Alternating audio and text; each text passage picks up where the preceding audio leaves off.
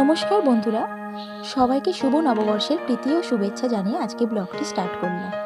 আজ সারাদিন আমি কিভাবে কাটালাম সেটাই আপনাদের সাথে শেয়ার করব। তো প্রথমেই আমি রান্না দিয়ে শুরু করেছি। সকালে ঘুম থেকে উঠে ঠাকুর নমস্কার করে আমি রান্না বসিয়ে দিয়েছিলাম স্নান টান করে। তো ফার্স্টেই আমি শুক্তো করে নিয়েছিলাম।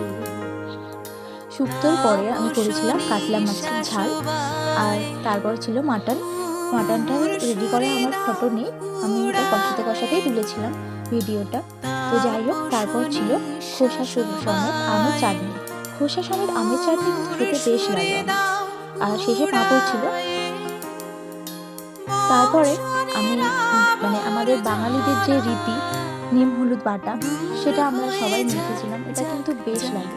তারপর আমরা গিয়েছিলাম বজরংবলী মন্দিরে পুজো দিতে। দেখো এখানে মামা আর বাবা দাঁড়িয়ে আছে। বজরংবলী বাবার ওখানে পুজো দিয়ে এসেছি, ভীষণ ভালো লাগছিল বাবার ওখানে পুজো দিয়ে। তো তারপর আমরা চারিদিকটা একটু ঘুরে দিয়েছিলাম মন্দিরে। ওখানে পরিবেশটা সত্যি ভীষণ সুন্দর।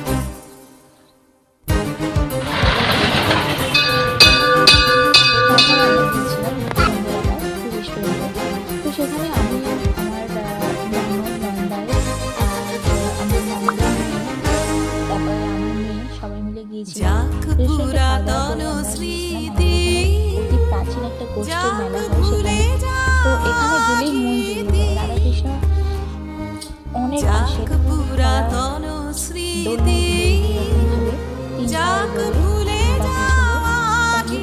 কিছু ব্যাপার আছে। তো এইভাবে রাধাকৃষ্ণ আসে, রাধা বল্লভ আসেন, রাধা গোবিন্দ আসেন। তো এরকম 4-5 জন কাঁধে নিয়ে, তো আরো বেশি মানুষজন কাঁধে নিয়ে তাদেরকে নিয়ে রাধা বল্লভ মন্দিরে আসে।